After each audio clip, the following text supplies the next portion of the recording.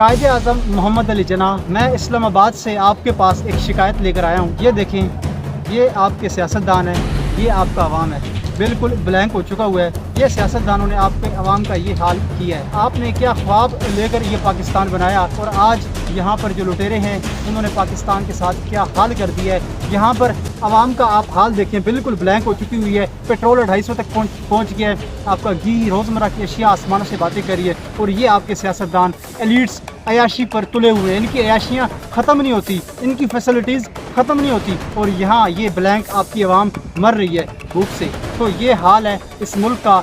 आपने बहुत बड़े ख्वाब देखकर ये पाकिस्तान बनाया, लेकिन अफसोस के साथ आज आपका पाकिस्तान इस तरह हो चुका हुआ है। कायदे आज़म, आपसे शिकायत का मकसद यही था कि खुदा की बारगाह में इनकी शिकायत ज़रूर लगाइएगा कि जो एलीट्स इस मुल्क को लूट रहे हैं, जो सियासतदान इस मुल्क को लूट रहे हैं, खुदा उनसे हिसाब ले और खुदा उनको हिदायत दे। कायदे आज़म, मुझे दीजिएगा इजाज़त। कराची के शहर से खुदा हाफ़िज़।